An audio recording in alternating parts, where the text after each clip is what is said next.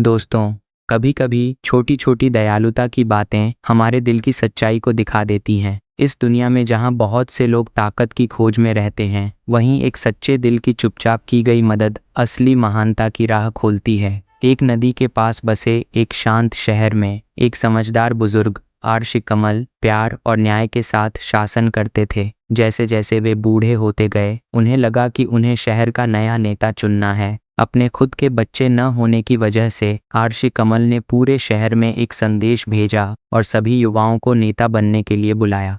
अगले नेता की एक ही शर्त थी, एक दिल जो दूसरों के प्रति प्यार और चिंता दिखाता हो। युवकों में से एक अनिल शहर के बाहर एक छोटे से गांव में रहता था। अनिल को हमेशा उसकी दयालुता के लिए जाना जाता था, लेकिन वह एक साधारण परिवार से था और उसके पास देने के लिए बहुत कुछ नहीं था। अपनी गरीबी के बावजूद उसने अपनी किस्मत आजमाने का फैसला किया। उसने बहुत मेहनत की और शहर के चौराहे तक की यात्रा के लिए अच्छे कपड़े और खाने के लिए पैसे जमा किए, जहां आर्षि कमल उम्मीदवारों से मिलेंगे। अपनी यात्रा के दिन अनिल उत्साहित लेकिन घबराए हुए पैदल ही चल पड़ा। जैसे ही वह ग्रामीण इलाकों से गुजरा, उसे सड़क के किनारे बैठा एक बूढ़ा आदमी मिला जो ठंड में कांप रहा था। उस आदमी के कपड़े फटे हुए थे और वह कमजोर दिख रहा था। कृपया, क्या आप मेरी मदद कर सकते हैं? बूढ़े आदमी ने पूछा। उस आदमी की हालत देखकर अनिल बहुत दुखी हुआ। उसने तुरंत अपना गर्म कोट उतारकर बूढ़े आदमी को दे दिया और अपना खाना भी उसे दे दिया। अब उसके पास सिर्फ पुराने कपड़े और खाली पेट ही रह गया। बूढ़े आदमी ने उसे बार बार धन्यवाद कहा। उसकी आंखों में आंसू थे। अनिल अपनी यात्रा पर चलता रहा, लेकिन अब वह चिंतित था। उसका हाल आर्षि कमल से मिलने के लिए ठीक नहीं था और उसके पास बाकी दिन के लिए कुछ भी नहीं बचा था। फिर भी उसके दिल में यही था कि बूढ़े की मदद करना सही था, और इस सोच के साथ उसने हिम्मत करके आगे बढ़ने का फैसला किया।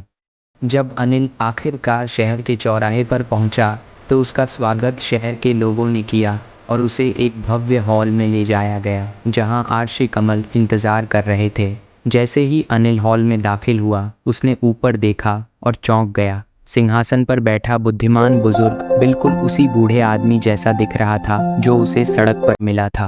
आर्षि कमल ने मुस्कुराते हुए कहा, हाँ, मैं वही बूढ़ा आदमी हूँ जिसकी तुमने मदद की थी। मैंने अपना रूप बदलकर यह जानने की कोशिश की कि कौन सा युवा किसी ज़रूरतमंद की कैसे मदद करेगा। जब कई लोग वहां से गुजरे, तुमने बिना सोचे समझे दया दिखाई, जबकि तुम्हारे पास खुद के लिए भी ज्यादा कुछ नहीं था। अनिल हैरान था। उसे समझ नहीं आ रहा था कि क्या बोले। आर्षि कमल ने आगे कहा, तुमने साबित कर दिया है कि तुम्हारे पास एक नेता के लिए सबसे ज़रूरी चीज़ है, एक दयालु दिल। इस शहर को ऐसे इंसान की ज़रूरत है जो बिना कुछ पाने की उम्मीद के लोगों की देखभाल कर सके। तुम, अनिल, वही इंसान हो। हॉल में मौजूद लोगों ने खुशी से तालियां बजाईं और अनिल का दिल कृतज्ञता से भर गया। उनकी दयालुता के इस साधारण काम ने उन्हें एक बड़ा सम्मान दिलाया। दोस्तों, सच्ची महानता दयालुता और सहानुभूति से ही होती है। दूसरों की मदद करने से बिना किसी उम्मीद के आपको अनदेखे इनाम मिल सकते हैं और आपकी आत्मा ऊंचाई को पहुंच सकती है। दयालुता हमेशा ऐसे तरीकों से लौटती है जिनकी आपने कभी कल्पना भी नहीं की होगी।